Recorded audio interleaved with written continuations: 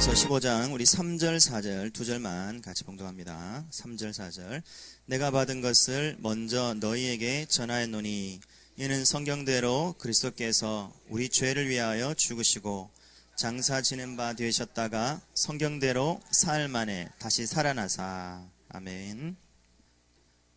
오늘은 부활절이고 또 오후 예배가 연합 예배라서 오후에 저희가 늘 소교리를 공부하는데 마침 이 소교리가 딱 지금 그리스도의 높아지심, 부활에 대한 이야기라서 같이 오늘 이 말씀을 가지고 함께 부활의 메시지를 함께 나눕니다.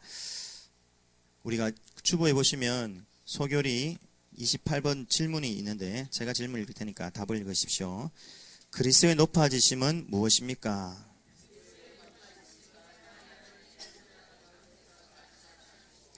하늘로 올라가시고 하나님 아버지의 우편에 앉으시고 그리고 마지막 날에 세상을 심판하러 오시는 것입니다. 예. 네 가지로 예수님의 높아지심에 대한 설명을 이렇게 네 가지로 하고 있습니다. 그래서 네 가지를 이렇게 세 가지로 함축시켜서 한번 같이 말씀을 보는데, 우리가 그리스도의 사역이 무엇이냐 이렇게 했어요. 예수님이 하셨던 일이 무엇이냐? 먼저는 낮아지심이었다 그랬죠. 낮아지시고 높아지시고, 낮아지신 것을 비하 그러죠. 그리스도의 비하, 낮아지신다는 거예요. 완전히 낮아지신다. 자기 비하할 때 비하, 낮아지시는 거죠. 그래서 하늘의 영광을 버리시고 말구에 태어나시고 율법 아래 사시고 이 땅에 사는 동안에도 온갖 수치, 조롱, 모욕의 삶을 사시고 맨 마지막에도 십자가의 죽음, 저주의 죽음을 죽으셨죠. 진짜 모든 것을 다 버리고 자기를 낮추셔서 낮아진 삶을 사셨죠. 그리고 나서 이제 낮아지시면 끝나는 것이 아니라 낮아지심 이후에 이제 높아지심이 시작되는 거죠. 그걸 승귀다 그렇게 합니다. 승귀. 귀한 모습으로까지 올라가는, 영광의 모습으로 올라가는 모습이죠.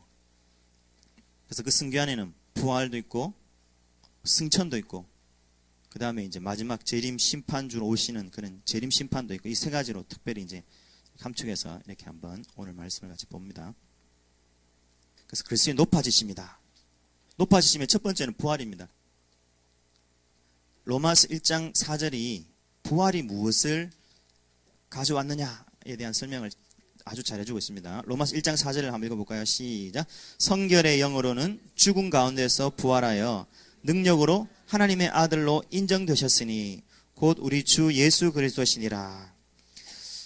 예수님의 부활이 예수님의 무엇을 인정하셨다 그러죠? 예수님을 하나님의 아들로 인정하는 것이 바로 부활입니다. 부활. 부활이 굉장히 중요합니다. 우리가 이제 사도행전을 수요일마다 보지 않습니까? 바울을 위시해서 모든 전도자들이 증거하는 복음의 핵심이 뭐냐면 십자가와 부활이죠.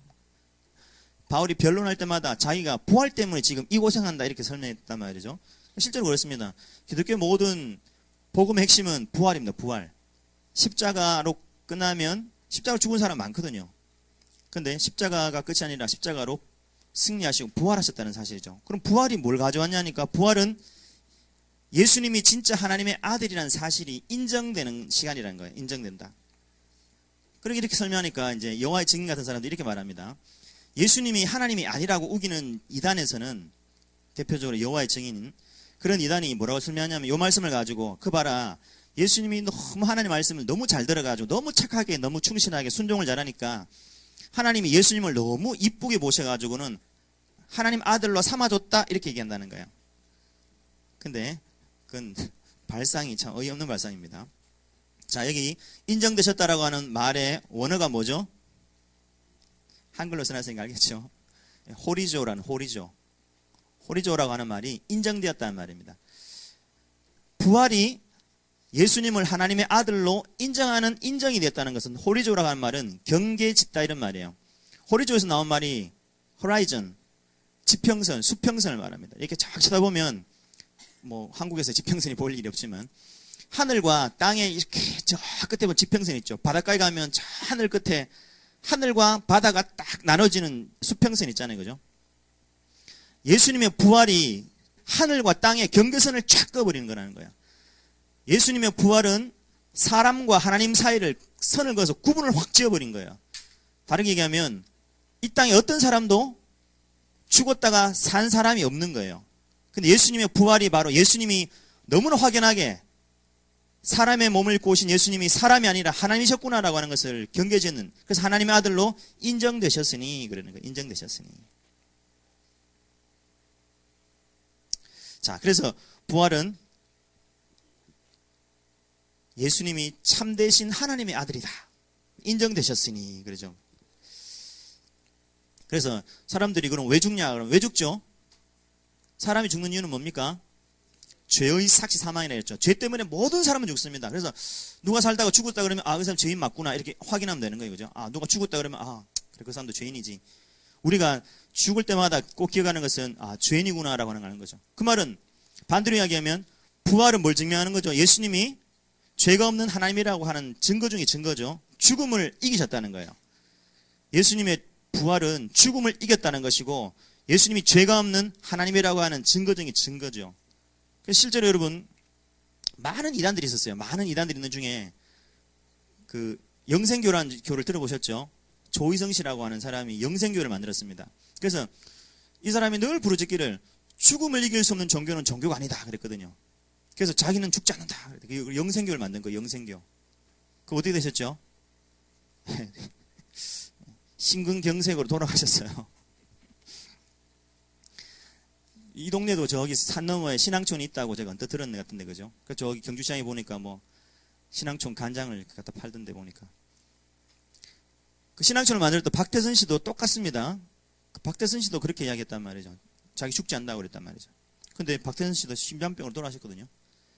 어떤 한 여자분을 만났는데 아버지가 신앙촌에서 온 가족들 데리고 신앙촌에 들어가서 거기서 열심히 뭐 간해수공업하면서 살았다는 거예요. 평생 살고 자기도 거기서 잘하고 단 줄 알고 살았는데 어느 날 박태선이 죽어버리더라는 거예요. 죽어버리니까 사람들이 막 우리가 지금까지 따라오던 게 뭐야? 그런 사람들이 막 이탈하는데, 그렇게 박태선도 심장병으로 죽었어요. 그 하나님의 교회 안상홍이라고 하는 자칭 재림 예수다 그러고, 지금도 찬송가 부를 때 성령이라고 이름 들어가는 데는 전부 안상홍을 이름을 넣어서 부릅니다. 그 안상홍은 뇌졸중으로 죽었거든요. 그 교주가 지금 이제 여자 교주가 있죠. 장길자라고. 얼마 안 있으면 이제 그것도 이제 곧 죽을 거죠. 우리가 뭐 신천지도 마찬가지입니다. 신천지가 이만희가 자기는 죽지 않는다 그럽니다. 그 신천지 사람을 만나면 이렇게 내기를 걸어요. 만약에 죽으면 당신의 모든 재산을 다 나에게 넘기겠냐, 서로 계약 써보자, 이렇게 그렇게 전도하는 분도 있어요. 그런 정도로 모든 교주들이 그렇게 이야기합니다. 자기는 영생한다, 자기는 죽지 않는다, 이렇게 하는데 우리 뭘로 알죠? 진짜다 가짜다. 기다려봤다가 죽으면 가짜고, 정말 죽음을 이기고 살아버리면 정말인 거죠. 그래서 죽음은 이게 진짜냐 가짜냐를 경계선을 딱 끊는 것이죠. 여러분 그 주변에 있는 사진 보세요. 참 세상의 미스테리가 바로 이 사진입니다. 이 사진의 묘비 글자가 보입니까? 잘 안 보이시죠? 자세히 들다 보면 재림주의 묘 이렇게 되는 거예요. 재림하신 주님이 죽은 거예요, 다시. 참 이 얼마나 이 아이러니한 이 묘입니까? 재림주가 죽는단 말이에요. 부활하신 분이 또 죽었어요. 성경 속에 많은 사람들이 죽었다 살아난 사람들이 있죠. 뭐 유두고도 다락에서 떨어졌다가 죽은데 살려냈죠. 예수님이 나사로도 죽은 나사로를 살려냈죠. 그 사람들의 살아난 산 몸들은 전부 다 부활했는데, 다시 살았는데, 살아있나요, 그 사람들이? 다 죽었어요, 다시. 죽었다 깨어난 그 몸 가지고는 영원히 살 수는 없습니다. 우리 주변에도 그런 이야기 한 번씩 듣잖아요. 장례식 치른다고 뭐 병풍 뒤에다 관 넣어놨는데 관이 막 들뜬들뜬거리면서 이제 관에서 막 나오기도 하고, 뭐 덜 죽었다 이렇게 할 수도 있고, 죽었다가 다시 또 깼다 할 수도 있고 그렇습니다. 근데 그 사람 또 다 죽었어요, 결국은. 그런 것을 부활이라 말하지 않습니다. 부활은 단순히 그냥 죽음에서 그냥 잠깐 살아났다가 또 썩을 몸으로 이렇게 다시 살아나는 것은 부활이 아니죠. 그래서 우리가 가만히 잘 생각해야 됩니다. 다시 죽는 사람들은 다 가짜구나, 이렇게 이제 알아야 돼요. 다시 죽는 사람들은 다 가짜다. 그러면 여러분 곰곰이 생각해보세요. 우리가 많은 사람들이 들려주는 여러 가지 이제 이렇게 사는 것이 잘 사는 것이고 저렇게 사는 것이 행복한 것이고, 사람들이 자기의 나름의 이야기를 합니다. 그걸 진리라고 얘기하죠. 나름 개똥 철학들 이야기하죠. 그러면 우리가 그런 사람들 이야기를 들으면서 우리 뭘 봐야 되냐면, 그 사람들이 그 이야기가 진짜냐 가짜냐를 알아보려면 그 사람들의 끝을 보면 아는 거예요, 그죠? 그래서 여러분, 이게 뭐 부적을 하나 써주면서 이거 붙이면 집안이 평안할 거야 그러고, 뭐 북어 대가리 이렇게 하나 걸어놓으면 뭔가 잘 될 거야 그러고, 뭐 달마도 하나 붙여놓으면 잘 될 거라고 말한 그 사람들의 그것을 이야기해 준 그 사람들의 뒤를 쳐다보면 아는 거예요. 그죠? 그 사람들의 말이 진짜인지 가짜인지. 그죠? 근데 우리가 자기도 자기 하나 감당 못 해가지고 그렇게 살다가 죽은 그 사람들을 이래 사는 것이 행복한 삶이야 라고 이야기한 그 말들을 듣고 우리가 인생을 그렇게 따라간다 그러면 얼마나 어리석은 이야기예요. 그죠? 얼마나 미련한 삶입니까? 아니 자기 하나 인생 감당 못 해가지고 사주팔자를 가지고 뭔가 이렇게 인생을 그어놓고 띠를 가지고 무슨 띠 무슨 해니까 뭐가 하면 뭐가 복이 되고 어떤 방향으로 이사를 가면 뭐가 되고 몇 시에 태어나 누구랑 같이 결혼을 하면 잘 살게 되고 이렇게 말하는 그 사람들이 어떻게 살았냐는 거예요. 그 점쟁이들이 다 어디가 있습니까? 그 철학가들이 다 어디가 있어요? 그 스님들이 다 어디가 있냐 말입니다. 다 지금 무덤까지 죽은 거예요. 그 말은 그 사람들의 말이 진짜다 가짜다. 그죠? 그래서 제일 진실한 사람이 누구냐 하면 성철 스님이에요. 성철 스님이 제일 진실한 사람입니다. 자기가 죽을 때 많은 기자들이 와서 자기한테 인터뷰를 했어요. 그래서 이분이 인터뷰를 정말 안 만나줍니다. 자기한테 3,000배 안 하고 오면 아예 인터뷰도 못 하는 거예요. 그래서 이제 자기한테 만나려고 사람들이 줄을 서가지고 3,000배를 하고 막 진짜 막 관절이 나갈 정도로 3,000배를 하고 막 기어서 오면 터덕터덕 던지는 말이 진짜 험한 이야기를 하는 거예요. 그 이야기 중에 이제 왜 자꾸 나한테 이렇게 나를 괴롭히냐 이렇게 이제 찾아오는 그 사람들을 타박을 합니다. 타박을 했던 이유가 뭐냐 하면 실제로 뭐 아무것도 없는데 자꾸 뭘 내놔라고 하니까 이분이 돌아가실 때 내놨던 말이 바로 이 말이죠. 나는 살아서 무수한 남녀를 속였다. 내 말은 다 거짓말이야. 나 믿지 마. 이렇게 말했거든요. 그 말 하니까 또 대단한 고승이 그런 말 하니까 그조차도 뭔가 그 속에 굉장한 뭐가 있나 싶어서 막 사람들이 막 써붙이고 다니고 분명히 산은 산이라 그러고 물은 물인데 본질이 산은 산일 뿐이고 물은 물일 뿐인데 왜 산들을 자꾸 물이라고 빡빡 오게 되냐는 거예요. 나는 그냥 아무것도 아닌데 나는 그냥 사람일 뿐인데 나는 저 죽어서 무단 지옥불에 떨어질 나에게 뭘 자꾸 묻냐는 거예요. 나도 모른다는 거예요. 그죠? 그게 진실한 고백입니다. 성철 스님의 진실한 고백이죠. 근데 예수님의 부활은 뭘 증명하냐는 거죠. 예수님이 진짜 하나님이시고 예수님의 모든 말씀이 진리란 사실을 선언한 겁니다. 그렇다 그러면 여러분들이 이제부터 나는 내 인생을 뭐에다 걸고 살까? 나는 뭘 믿고 살까? 나는 뭘 따라 살까? 아직도 운수나 읽고 점이나 치고 다녀야 되겠냐 말이죠. 여러분 그건 미래란 삶입니다. 여러분들 그런 삶이 아니에요. 예수님이 십자가에서 예수님의 말씀과 가르침과 진리가 정말 사실이란 사실을 죽음과 부활로 증명을 해내버린 거예요. 그래서 부활하신 주 앞에 우리가 서 있는 것이고 그 주님이 우리에게 오신 거예요. 그렇다 그러면 우리가 죄를 가지고 이 땅을 살아가면서 이 죄를 어떻게 해갈까? 이 고민을 어떻게 할까? 이 저주 문제를 어떻게 해갈까? 내 인생 살아보니까 인생이 뜻대로 안 풀리는데 이 고민을 어떻게 해볼까? 막 고민하던 우리에게 예수님이 찾아오셔서 이렇게 진리를 이렇게 말씀하시는 겁니다. 그러면 더 이상 여러분 속지 마세요. 여러분 제가 주보에 그 행복 디자이너, 행복 전도사라 말하는 최윤희 씨 글을 이렇게 써놨어요. 이 사람이 참 유명한 말을 하더라고요. 그 사람의 어록 같은 이야기들이 참 많아요. 심지어 뭐 이런 말도 있더라고요. 넬슨 만델라가 자유를 얻기 위해서 27년간을 옥살이했다. 자유를 얻기 위해서 어떤 사람은 27년간 옥살이를 하는데 왜 바보같이 명품 옷에 자유를 빼앗기냐, 명품에 왜 자유를 빼앗기냐는 말하는 거예요. 그러면 자기는 4,500원짜리 자기는 옷을 사 입는다. 자기 옷은 아래 위로 다 합쳐도 10,000원도 안 된다면서. 그래서 언제든지 김치 국물이 탁 튀어도 언제든지 화장실 가서 그냥 퐁퐁 가지고 슥슥 문질러 버린다는 거예요. 왜? 싸니까 난 자유하다는 거예요. 그런데 바보 같은 내 친구는 명품을 입고 주름 갈까 싶어서 앉지도 못하더라면서. 왜 그런 바보짓을 하냐? 이러면서 그분의 이 어떤 말은 아주 많이 통쾌한 어떤 그런 이야기들이었죠. 근데 이분이 2010년도에 불치병을 갖고 있었거든요. 참 괴로워하다가 그 유서 한 장 딱 남기고 이렇게 자살했죠. 원래 그냥 혼자 자살하려고 그렇게 애를 썼는데 자꾸 남편이 자꾸만 이렇게 신고를 해버려가지고 이 자살이 자꾸 이렇게 불발되니까 마지막에는 남편이 자기 자살하려고 하는 그 가있던 그 모텔에 찾아온 거예요. 그래가지고 이제 남편에게 자기가 왜 자살하려고 하는지를 쭉 설명을 하고 남편이 아내를 너무 사랑하니까 같이 동반 자살했다 아닙니까? 근데 여러분 생각해 보세요. 그러면서도 늘 이야기를 합니다. 우리 부부는 행복하게 살았습니다. 그냥 그게 최선인 것처럼, 그게 인생의 정말 최선의 행복인 것처럼 이렇게 설명을 하는 거예요. 그래서 어떻게 보면 참 같이 고통하고 같이 병들어서 이렇게 힘들어하던 사람들이 그 같은 불치병을 안고 막 참 행복을 계속 슬퍼하고 다니는 이분의 이야기를 들으면서 힘을 얻고 하다가 갑자기 자살했다 하니까 막 사람들이 너무나 이제 충격받은 것이죠. 근데 여러분, 생로병사를 해결하지 못하면 절대 인간 행복할 수 없습니다. 생은 뭐 태어나는 거니까. 노병사를 해결하지 못하면 그건 참된 행복이 아니라는 거예요. 아니, 그걸 뭐 누구는 안 늙고, 누구는 병 안 들고, 누구는 안 죽냐. 그게 끝이 되어버리면 그 속에는 행복이 없는 거야. 그 속에서 노병사를 해결하지 못하는 사람이 이렇게 살면 행복해, 저렇게 살면 뭔가 의미 있는 삶이야 라고 말하는 건 다 거짓이에요. 그 자기 스스로를 속이는 거예요. 그죠? 그건 절대 자기 스스로를 속이는 겁니다. 왜냐하면 여러분, 석가모니 역시도 마찬가지잖아요. 석가모니가 생로병사를 이렇게 보고는 출가를 해가지고는 보리수 나발에 앉아가지고 돌을 닦다가, 야, 인생이 왜 이렇게 고통스러우냐.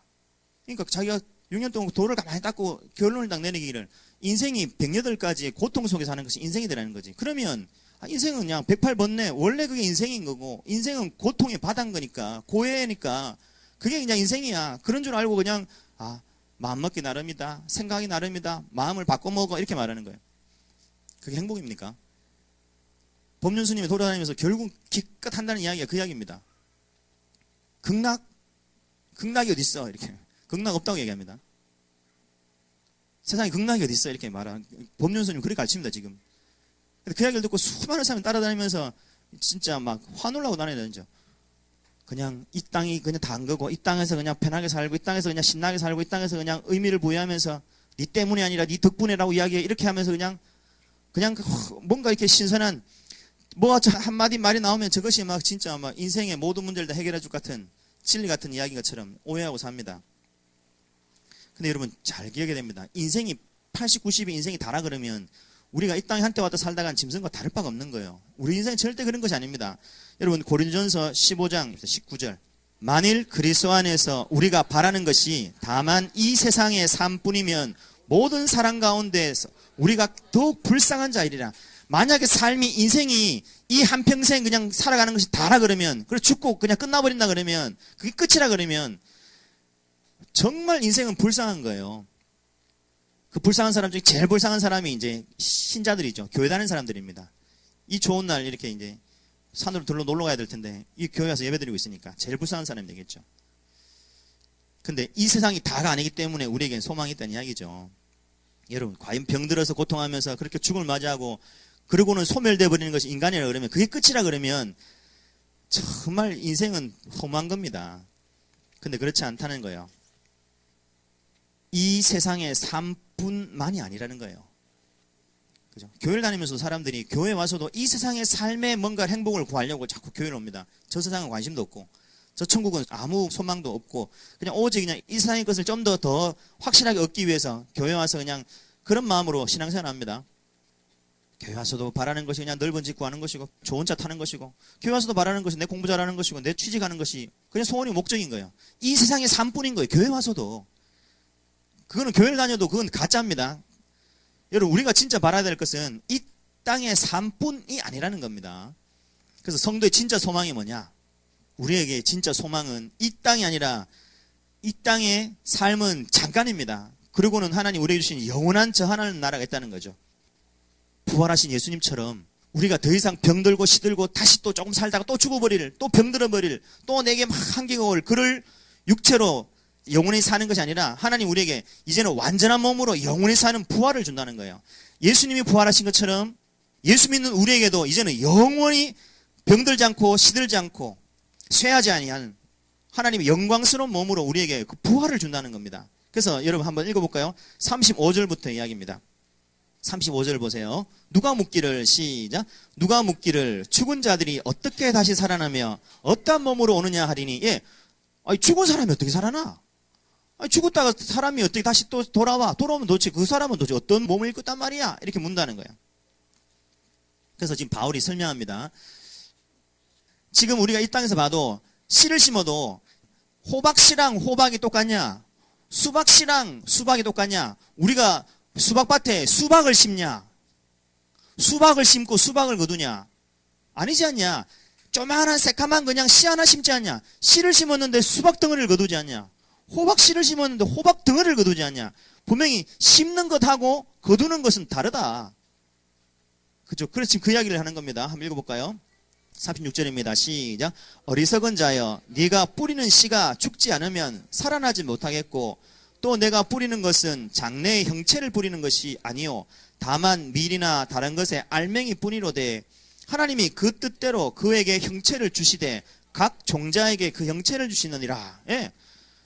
만약에 씨를 딱 심었는데 이 씨가 그대로 있으면 아무 일이 안 벌어지죠. 근데 수박씨를 심으면 수박씨가 죽어버리는 거예요. 그 안에서 죽어서 썩어버리면 수박이란 큰 덩어리가 맺는 거예요. 하나님이 수박씨에게는 수박의 몸을 탁 입혀주는 거예요. 수박씨에게는. 수박씨가 죽으면 수박이라고 하는 큰 덩어리에 몸을 입혀주고, 호박씨를 심으면, 호박씨가 죽으면 하나님이 호박씨에게는 호박이라고 하는 큰 형체를 입혀주는 거예요.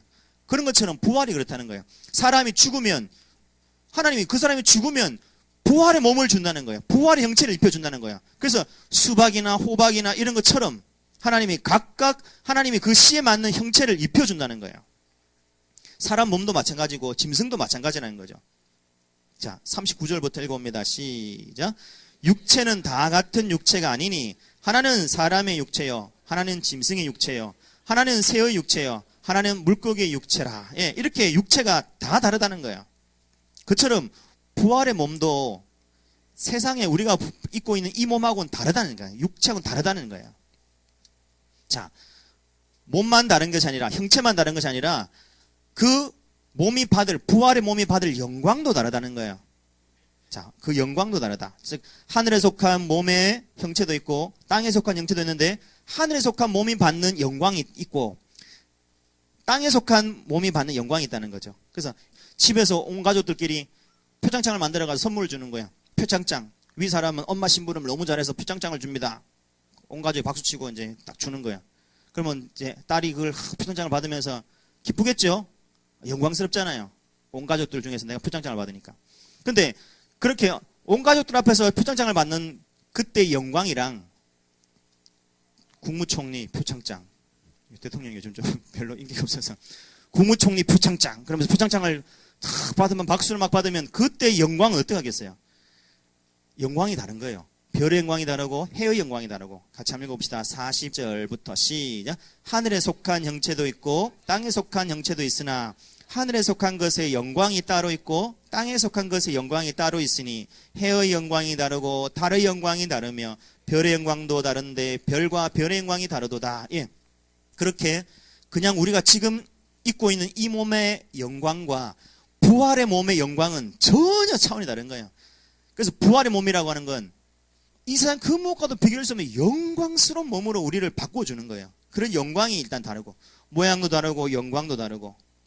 또 49절입니다. 시작. 우리가 흙에 속한 자의 형상을 입은 것 같이 또한 하늘에 속한 이의 형상을 입으리라. 예. 흙에 속한 영광, 흙에 속한 형체가 바로 지금 우리 몸입니다. 이 몸도 있고 하늘에 속한 몸의 형체도 있는 거예요. 근데 우리는 이제 부활할 때는 우리가 뭘 입는다고요? 흙에 속한 자의 형상이 아니라 하늘에 속한 자의 형상을 입는다는 거예요. 왜요? 흙에 속한 형상을 입으면 그 형상은 또 죽거든요. 또 병들거든요. 또 시들어 버리거든요.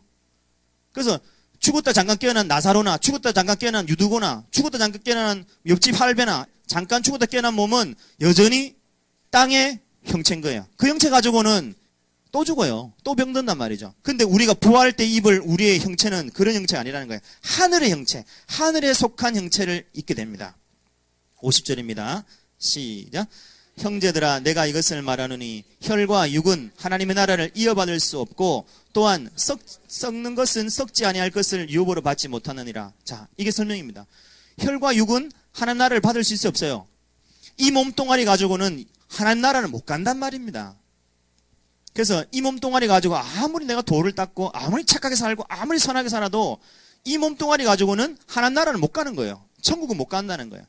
혈과 육으로는 하나님 나라를 이어받을 수 없다는 거예요. 그래서 하나님 우리를 바꿔준다는 거예요. 무슨 몸으로? 하늘에 속한 형상으로 우리를 바꿔준다는 거예요. 그게 부활인 거예요. 여러분, 우리가 이 기독교가 부활의 종교고 우리가 부활의 신앙을 가지고 있고 부활을 알고 내가 부활할 거라고 하는 생각을 이렇게 해보세요. 이게 얼마나 영광스러운 일이에요. 부활이 우리를 기다리고 있다. 우리는 지금은 이렇게 병들고 지금은 우리 시들고 지금은 이렇게 갈 수 있지만, 그러나 그것이 끝이 아니라 그렇게 씨가 썩어버리면 하나님이 그 씨에 맞는 형체를 입혀주듯이 육의 몸이 썩고 죽고 부활하면 우리에게는 하늘에 속한 형체를 입혀주셔서 다시는 썩지도 않고 병들지도 않고 죽지도 않는 영광스러운 하나님의 영광을 덧입는 그런 부활의 몸을 입게 되는 거예요. 절간 가서는 도저히 못 받습니다. 오직 예수님 믿는 자에게만 주시는 부활이 있다는 거예요. 그 부활의 영광을 우리에게 주십니다. 자, 51절입니다. 그래서 바울이 내가 비밀 하나 알려줄게 이렇게 하면서 비밀을 이야기합니다. 시작. 보라, 내가 너희에게 비밀을 말하노니 우리가 다 잠잘 것이 아니요 마지막 나팔에 순식간에 호련히 다 변화되리니. 예, 마지막 나팔이 어느 날 불려지는데 우리 다 잠잘 것이 아니라는 말은 다 죽는단 말이죠. 다 죽는데 죽어서 가만히 있는 것이 아니라 죽었다가 이렇게 있는데 어느 날 마지막 나팔이 불릴 때가 있다는 거예요. 마지막 나팔이 불릴 때 순식간에 호련히 다 변화된다는 거예요.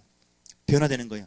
그래서 육의 몸, 지금 이 몸뚱아리에서 우리가 변화되는 거예요. 영광의 몸으로 변화된다는 거예요. 52절 시작. 나팔 소리가 나매 죽은 자들이 썩지 아니할 것으로 다시 살아나고 우리도 변화되리라. 예, 마지막 나팔 소리. 그래서 7인 7나팔 7대접 그랬죠. 7나팔이 맨 마지막 나팔입니다. 재림의 나팔이죠. 그 나팔이 빵 울리면 죽어있던 자들도 다 변화되고 이 땅에 살아있는 신자들도 다 변화되는 거예요. 그래서 변화되어 버리는데 죽은 자들이 썩지 아니할 것을 입는 거예요. 이미 죽어서 땅에 묻혀가지고 시체로 다 썩어버린 사람들이 썩지 아니할 형체를 덧입는 거예요. 부활의 몸을 덧입는 것이죠. 또 54절입니다. 시작. 이 썩을 것이 썩지 아니함을 입고 이 죽을 것이 죽지 아니함을 입을 때에는 사망을 삼키고 이기리라. 그 기록된 말씀이 이루어지리라. 예, 그 부활의 몸을 입는 그 순간에는 그때부터는 이제는 사망을 삼키고 이기리라. 우리가 사망을 이기는 거예요. 죽음을 이기는 거예요. 자, 죽음을 이기는 사람이 이 땅에 아무도 없습니다. 모든 사람은 죽음 앞에 다 항복합니다. 공자 73세 죽었고 맹자 83세 죽었고 석가모니 80에 죽었어요. 다 죽었어요. 제 아무리 돌을 닦고 제 아무리 나름대로 고행을 하고 수행을 하고 득도했다는 모든 사람들도 다 죽었단 말입니다. 왜?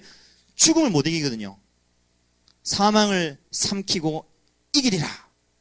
예수 믿는 사람에게 이런 일이 벌어지는 거예요. 사망을 삼켜버리는 거예요. 죽음을 죽여버리는 거예요. 죽음을 이긴다. 이 놀라운 일이에요. 죽음을 이긴다. 그래서 55절 보세요. 55절 시작. 사망아 너의 승리가 어디 있느냐. 사망아 너의 쏘는 것이 어디 있느냐. 예, 사망의 승리. 그 사람에게 붙어서 사망이 승리해버리면 그 사람은 죽어버립니다. 사망이 쏘는 것이라고 하는 건 사망이 이렇게 쏘는데 사망에 쏘는 것은 뭐라고 그러죠? 밑에 보니까 56절에 보니까 사망이 쏘는 것은 죄요 그랬죠. 죄가 있는 곳에 사망이 확 쏘옵니다. 그저께 미국이 아프가니스탄에 IS 잡으려고 폭탄을 들었죠. 폭탄의 어머니란 폭탄을 들었다고 그랬어요. 폭탄의 어머니란 폭탄인데 핵무기 다음으로 제일 센 무기라 그러죠. 그 폭탄이 툭 떨어지니까 직경 1km 반경에 산소가 사라져버려요. 무산소. 그럼 말이 그렇지. 사람, 제가 1km가 어딘가 재보니까 저 입실 여기부터 저 끝까지 1km. 폭 떨어지면 팡 그런 순간 산소가 다 사라져버리는 거예요. 그 모든 생물 다 죽어버리는 겁니다. 사망이 쏜단 말은 죄가 있는 곳에 사망이 죽음을 쏴대는 거예요. 죄가 있으면 누군가에게 죄가 있으면 공자 죄가 있구나. 사망을 쏴버리면 그 공자가 사망을 맞고 죽어버리는 거예요. 사망이 쏘는 것이 어디 있느냐. 이제는 그 사망을 쏘아댈 길이 없는 거예요. 분명히 우리가 나도 죄 있는데 저 사망에 저 미사일을 맞아야 되는데 내가 왜 안 맞을 수 있냐는 거예요. 그죠? 분명히 사망을 맞고 내가 죽어야 될 나는 죄인인데 그 사망이 나에게 날아오지를 못하는 거예요. 사망이 쏘지를 못하는 거예요. 왜? 우리에게 죄가 없기 때문에. 분명히 내가 죄인 맞는데 우리에게 죄가 사라져버린 거예요. 죄를 해결하지 못하고 죽음을 해결하지 못하면 종교 아니에요. 그러니까 여러분 제발 그 엉뚱한 거 믿고 살지 마세요. 죄를 해결하지 못하고 죽음을 해결하지 못하는 건 종교가 아닙니다. 그것 따라다니고 그 귀 기울이고 살면 여러분 인생 망합니다. 그런 말 듣지 마세요. 성경을 들으세요. 정말 죄를 이기고 죽음을 이기고 사망을 이기신 예수의 진리의 말씀을 들으세요. 그러면 여러분 인생이 살아난다니까요. 자, 57절입니다. 57절 시작. 우리 주 예수 그리스도로 말미암아 우리에게 승리를 주시는 하나님께 감사하노니. 예, 죄인인 우리가 사망을 맞아 죽어야 될 우리가 왜 안 죽냐 말이죠. 우리 주 예수 그리스도로 말미암아 승리를 주시는. 예수님 때문에 우리에게 사망마저 죽어들 우리에게 승리가 와버린 거예요. 그래서 승리가 왔단 말입니다. 그래서 우리가 그리스도로 말미암아 우리에게 승리를 주신 그 하나님께 감사하고 사는 거예요. 날마다 우리 감사할 수 있는 이유가 그겁니다. 그죠? 아무리 이 땅에서 이 땅의 것을 가지고 떵떵거리고 저렇게 호의한다, 호식한다, 뭐 나름 잘 나간다라고 말하는 그 사람들에게 삶의 끝이 뭐냐? 사망이 저들을 향하여 탁 견주고 있는 거예요. 때가 되면 사망을 쏴버리는 거예요. 왜? 그들에게는 죄가 있기 때문에. 이 땅에서 죄를 해결할 수 없습니다. 성철 스님이 그랬잖아요. 나의 죄업이 수미산을 넘는다. 예수 그리스도로 말미암아 승리를 우리에게 주신 거죠.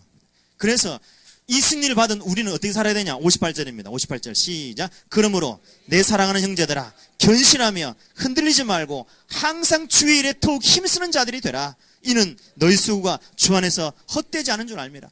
그래서 우리가 뭐하고 살아야 되냐는 거예요. 정말 영생을 위해 살아야 하는 거예요. 진짜 참된 진리를 위해 사는 거죠. 그래서 견실하여 믿음에 흔들리지 않고 더욱 주의 일에 힘쓰러 사는 거예요. 열심히 말씀 배우고 열심히 기도하고 예배드리고 이 복음 전하고 주의 일에 힘쓰는 자들이 되는 거예요. 왜? 우리에게는 이 땅이 다가 아니거든요. 그래서 이 땅의 것들로 우리는 살지 않습니다. 자, 이 부활이 그리스도의 높아지심이에요. 부활이 그리스도의 높아지심 첫 번째예요. 두 번째, 그리스도의 높아지심 두 번째는 그렇게 부활하신 주님이 그럼 뭐 하셨어요? 부활하신 주님이 승천하셨죠. 하늘로 올라가신 거예요. 우리가 승천 그러면 부활은 굉장하게 의미를 부여하고 승천에 대해서는 그냥 야 예수님 올라가 버리셨으니까 그냥 구름 위로 그냥 휙 사라져 버렸다. 휘리릭 가시고 그냥 끝이야. 이렇게 생각하시는데 부활이 오히려 지나간 사건이고 승천이 지금 우리에게 미치는 진짜 긴 이야기예요. 이게 진짜 우리에게 더 중요한 이야기란 말입니다. 마가복음 16장 19절입니다. 시작. 주 예수께서 말씀을 마치신 후에 하늘로 올려지사 하나님 우편에 앉으시니라. 올려지신 이 예수님, 여러분 올려지신 이 주님 뭐 하시냐를 우리가 이제 보려고 하는 겁니다. 부활하신 예수님이 40일 동안 제자들과 같이 다니셨어요. 다니시면서 예수님이 제자들에게 중요한 걸 가르쳐 주셨어요. 예수님이 특강을 하셨죠. 그들에게 특강을 하셨는데 특강의 주제가 뭐냐니까 하나님 나라였어요. 하나님 나라. 예수님이 부활하셨어요. 생각해보세요. 예수님이 3년 공생의 내내 가르친 말씀도 굉장히 중요하지만 부활하신 40일의 이야기는 정말 엑기스. 그럼 예수님이 그 40일 그 황금 같은 이 시간에 예수님이 뭘 가르치셨을까? 주제가 뭐라고요? 하나님 나라였단 말이죠. 하나님 나라. 한자로 이야기하면 천국. 천국이니까 너무 왠지 이렇게 왜소해 보이죠? 하나님 나라. 하나님 나라. 하나님 나라를 가르치신 거예요. 하나님 나라가 무엇인지 설명하신 거죠. 계속 하나님 나라를 계속 이야기하셨다는 거예요. 성경 전체는 하나님 나라 이야기입니다. 나라라고 얘기할 때 국가를 만들려면 3요소가 뭐죠? 국민, 영토, 주권입니다. 우리가 일제에게 나라를 뺏겼어. 36년간 나라를 뺏겼어 할 때 뭘 뺏긴 거예요? 땅도 그대로 있고 국민도 그대로 있는데 주권을 뺏겼죠. 그래서 국가를 이루는 가장 중요한 요소는 주권입니다. 누구에게 다스림을 많이 하는 거죠. 하나님 나라라고 말할 때 하나님 나라의 가장 핵심은 뭐예요? 그러면 하나님의 통치를 받냐 안 받냐는 거예요. 하나님의 다스림을 받냐 안 받냐는 거죠. 그래서 사실은 에덴 동산부터 시작해서 마지막 천년왕국까지 에덴 동산부터 천년왕국까지 모든 이 성경 안에 있는 모든 내용, 인류의 역사의 모든 내용은 전부 다 하나님 나라를 만드는 이야기예요. 에덴 동산에서 아담과 하와가 하나님의 말씀을 듣고 통치를 받을 때는 하나님 나라. 근데 아담과 하와가 에덴 동산의 선악과를 따먹고 하나님 말씀을 받지 않는 불순종하는 통치를 거절할 때는 방출되는 거예요. 그죠? 그래서 에덴 동산 쫓겨났던 거예요. 자, 모든 세상 사람들이 다 하나님 말씀을 따르지 않는데 노아 한 사람만 하나님 말씀을 따랐던 거예요. 하나님 말씀대로 방주를 짓고 방주에 다 탔어요. 하나님 나라는 어디 있죠? 방주가 하나님 나라인 거예요. 하나님 나라. 하나님이 계신 곳은 성전 그래요. 하나님 나라. 하나님 성전. 그죠? 이스라엘 백성들이 애굽에 갔을 때 고센 땅에 살았어요. 고센 땅에 사는데 그 고센 땅에 살던 이스라엘은 하나님을 섬기는 사람. 그래서 하나님이 고센 땅에 함께 하시는 거예요. 그러면 애굽 온 나라에는 하나님이 온갖 뭐 재앙이 닥치는데 하나님이 고센 땅은 열애시켜 준 거예요. 하나님 나라. 성막이 하나님 나라. 가나안 땅이 하나님 나라. 솔로몬 다윗이 다스리는 하나님의 말씀대로 통치하는 그 땅이 하나님 나라. 근데 그 땅의 왕들이 엉뚱하게 하나님의 통치를 포기하고 바알 섬기고 우상 섬기니까 하나님 나라가 깨져 버리는 거야. 그러니까 하나님이 쫓아보내버리는 거죠. 포로로. 하나님 나라. 예수님이 오셔서 예수님 자신이 내가 하나님 나라다는 거야. 그래서 예수님을 소개하던 세례요한이 회개하라 천국이 가까웠느니라. 예수님을 일컬어서 하나님 나라 천국이라고 이야기한 거예요. 왜? 예수님은 하나님께 100% 순종하신 분이거든요. 그 예수님이 40일 동안 하나님 나라를 계속 설명해 주신 거예요.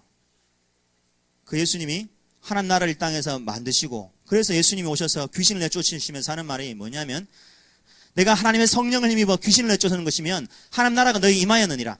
예수님이 귀신을 내쫓으시면서 하나님 나라가 너에게 임했다. 왜? 옛날에는 귀신이 너를 다스리고 귀신이 너의 왕이었는데, 예수님의 말씀이 귀신을 내쫓으시면서 이제 하나님 나라가 너에게 임했다. 하나님 나라, 하나님이 다스리신 하나님 나라, 개개인이 하나님 나라가 되는 거예요. 예수님의 통치를 받는 하나님의 나라. 그래서 예수 믿는 교회가 하나님 나라, 하나님 나라를 만드신다는 이야기예요. 그 예수님이 40일 동안 특강의 주제가 뭐라고요? 하나님 나라. 그 예수님이 40일 동안 설명하고는 올라가셨어요. 올라가시면서 하시는 말씀이 뭐하러 간다 하셨죠? 거처를 예배하러 간다 그랬어요. 너희를 위하여 집 지으러 간다는 거예요. 집 지으러 간다는 거예요. 그러면 예수님이 올라가셔가지고 예수님이 뭐 대패 망치 들고 뭐 집 짓겠었어요? 천국에 뭐 집을 똑딱똑딱 짓겠냐 말이죠. 집을 짓긴 짓는데 공사 현장은 어디죠? 이 땅이에요, 이 땅. 저 하늘나라가 아니라 이 땅에 우리를 하나님 나라를 만드셨던 거예요. 거처를 예배하러 간다. 그래서 여러분, 예수님이 그 유대 사회의 전통, 결혼 전통도 그렇다 했죠. 신랑이 약혼을 하고 서로 신부와 예물을 주고 받고 이렇게 하면서 1년간 신랑이 신랑 아버지와 함께 돌아가서 신방을 만들어요. 1년간 만듭니다. 갈 때 신부에게 빙패물을 준다 그랬죠. 그 빙패물을 주고 신부는 1년 동안 신랑을 기다리면서 빙패물을 바라보면서 신랑을 그리워합니다. 그리고는 신랑이 친구에게서 신랑에 대한 이야기를 듣습니다. 신랑의 친구가 누구죠? 세례요한. 세례요한이 신랑의 친구, 예수님의 친구. 세례요한이 예수님을 설명한 사람이었잖아요. 그래서 신부가 신랑에서 들을 수 있는 유일한 정보는 신랑의 친구를 통해서만 들을 수 있어요. 그러면서 신랑이 준 그 빙패물 들고 기름 들고 준비하는 거예요. 밤 같은 세상에 결혼식은 밤에 이루어집니다. 여러분, 왜 유대 결혼 풍습이 왜 그럴까?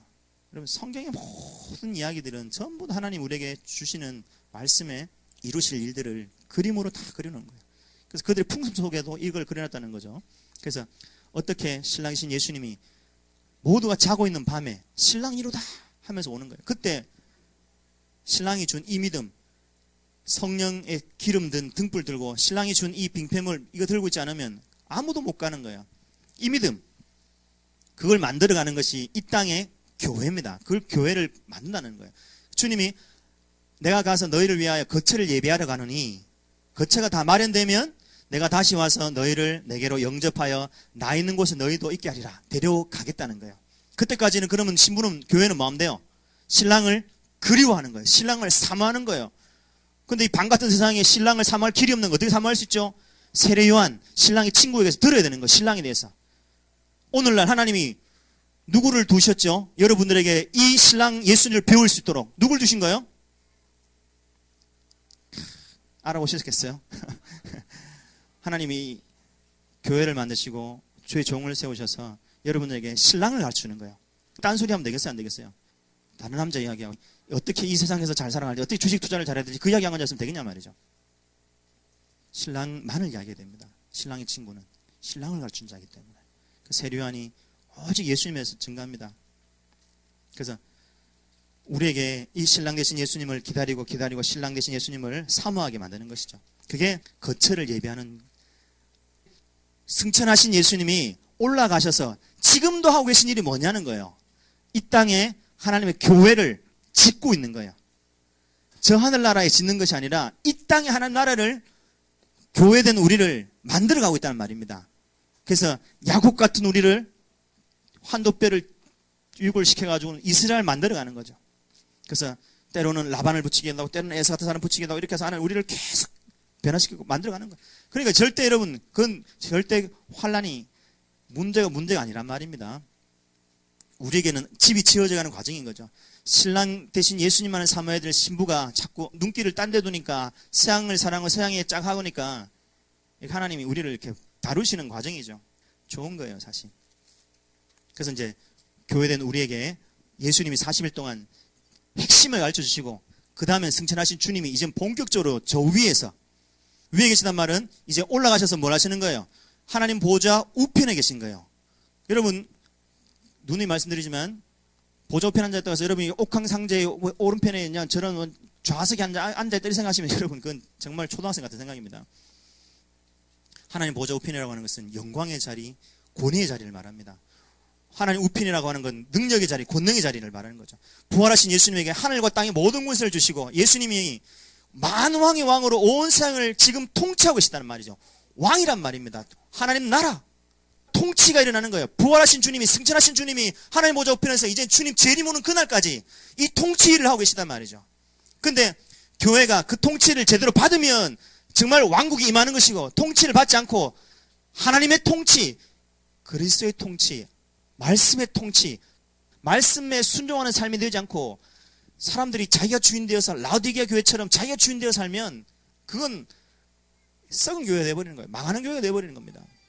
그래서 우리에게 하나님 보좌 우편에 계신 만왕의 왕 되신 주님이 우리에게 오시기까지 뭘 하시냐. 여러분, 고린전서 15장 25절 26절. 그가 모든 원수를 그 발 아래 둘 때까지 반드시 왕노릇 하시리니 맨 나중에 멸망받을 원수는 사망이니라. 예. 지금 예수님이 뭘 하고 계시냐는 말입니다. 승천하셔서 보좌 우편에 앉아 계신 이 주님이, 이 예수님이 지금 뭘 하고 계시냐는 거예요.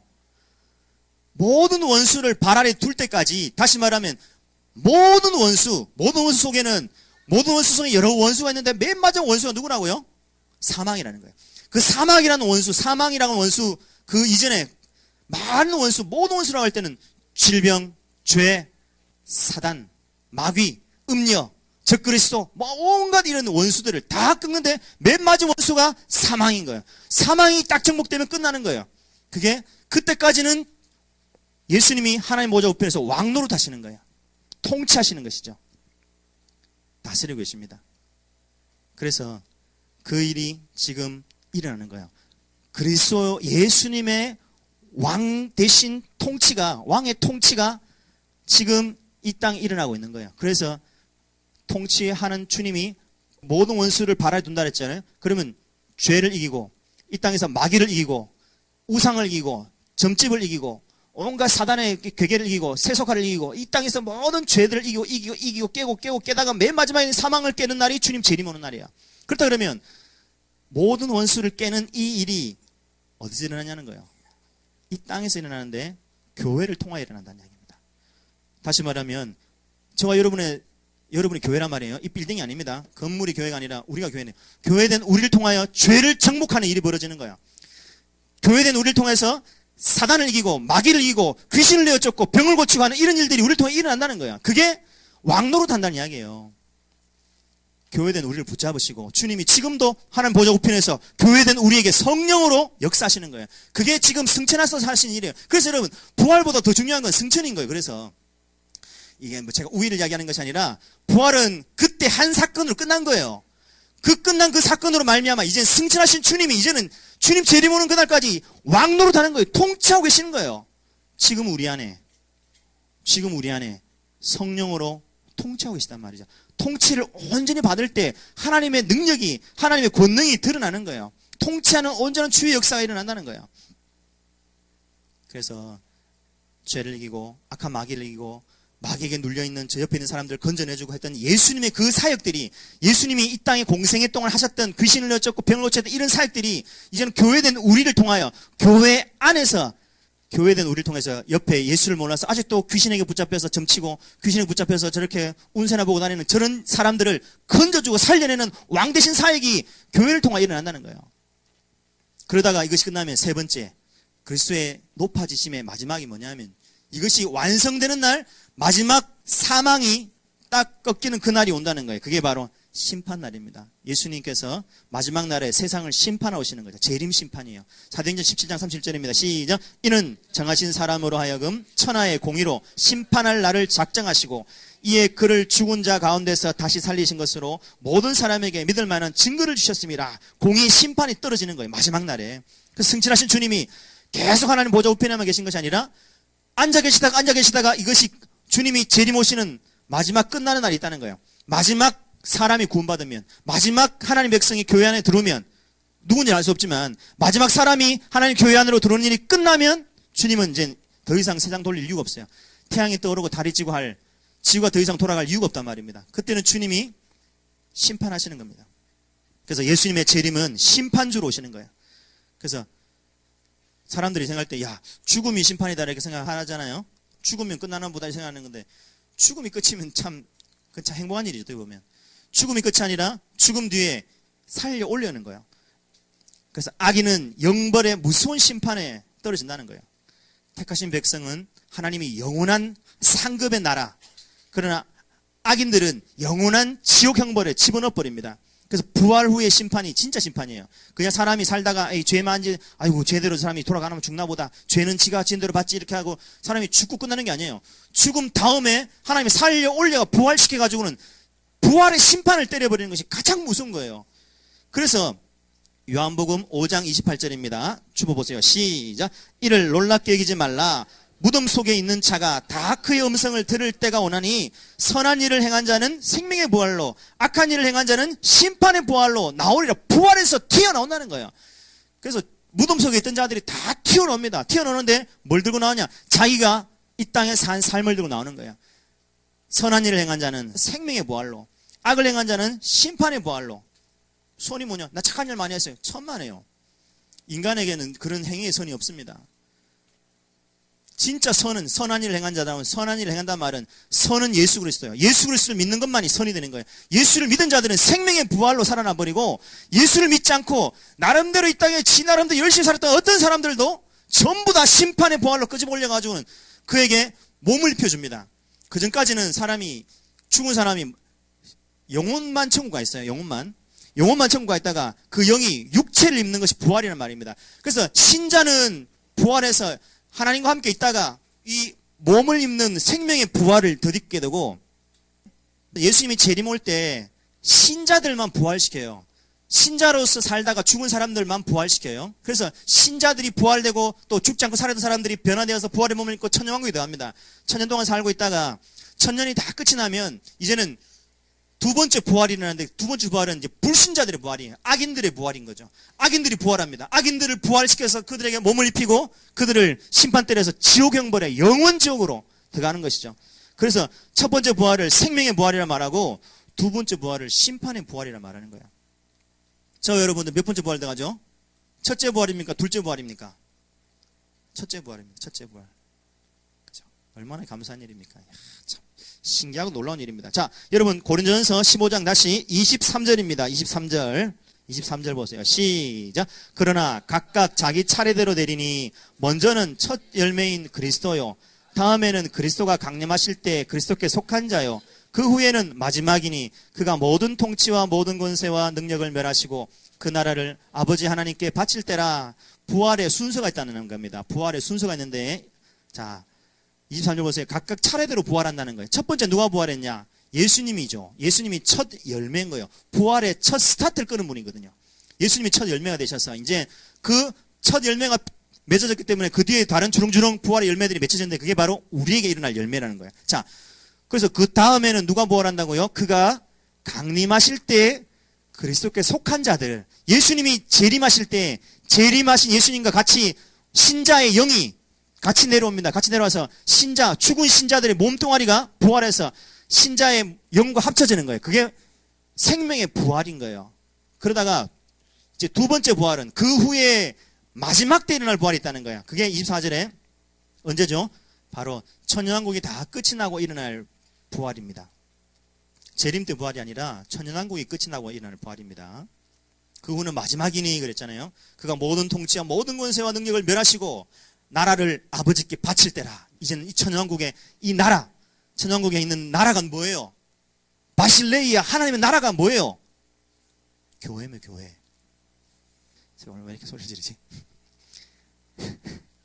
하나님의 나라, 교회된 우리들을 이제는 영원한 하나님의 나라로 우리를 들어 바치는 그날이 천년왕국이 끝이 나고 날 영생, 영원한 하나님 나라를 가는 날이에요. 천년 동안 이 땅에 왕국하는 그게 정도가 아니라 영원한 한 나라 들어간다는 거예요. 그래서 우리는 생명의 부활이 우리에게 기다리고 있습니다. 여러분, 예수 믿는 여러분들은 그냥 뭐 알고 믿었나요? 뭐 그냥 우주 하다 보니까 이렇게 예수 믿게 됐고 이렇게 교회에 앉아 있고 이렇게 하는데, 그런 우리에게 주어진 일은 어마무시한 일입니다. 생명의 부활이 우리에게 기다리고 있는, 우리는 그냥 이 땅에서 어째 그냥 추스리고 간신히 그냥 막 이렇게 살다 갈 그럴 신분들이 아니에요. 그러니까 여러분, 이런 부활의 신앙을 우리가 갖고 있다는 사실을 꼭 기억하셔야 됩니다. 그래서 우리가 이 땅이 단 것처럼 이 땅을 위하여, 만일 보세요, 19절입니다. 만일 그리스도 안에서 우리가 바라는 것이 다만 이 세상의 삶뿐이라면 우리가 더욱 불쌍한 인생들이다. 그렇죠? 근데 그렇지 않다는 거예요. 그렇기 때문에 우리는 가장 행복한 사람들이에요. 행복 서적 읽을 필요가 없을 만큼 여러분 행복한 분들이세요, 이미. 왜? 우리에게 부활이 있기 때문에. 믿습니까? 15장 맨 마지막 절 58절입니다. 57절 58절. 57절 58절. 이 부활을 가진 자의 삶은 이래야 돼요. 시작. 우리 주 예수 그리스도로 말미암아 우리에게 승리를 주시는 하나님께 감사하노니, 그러므로 내 사랑하는 형제들아 견신하며 흔들리지 말고 항상 주의 일에 힘쓰는 자들이 되라. 이는 너희 수고가 주 안에서 헛되지 아니하며. 왜? 영원상이 우리를 기다리기 때문에. 여러분, 믿음에 굳게 서서 이 믿음의 길로 가야 됩니다. 세상 살다 보면 자꾸 저 멀리 있는 천국은 희미해 보이고 영의 것들은 희미해 보이고 보이는 건 오직 육체밖에 없으니까 자꾸 육만 보는 거예요. 그냥 이 수박씨 이거 하나만 보이는 거예요. 장차 며칠 수박 덩어리는 보이지 않고 열매는 안 보이고 그냥 씨만 보이니까 에이 이게 뭐 되겠냐. 자꾸만 우리가 자꾸 믿음에 착각하기 쉬운 거예요. 깨어서 승리하시길 바라요. 여러분, 믿음에 살아야 됩니다. 열심히 믿음으로 사세요. 예배 열심히 드리세요. 기도하시고 말씀 열심히 읽으시고 화이팅입니다.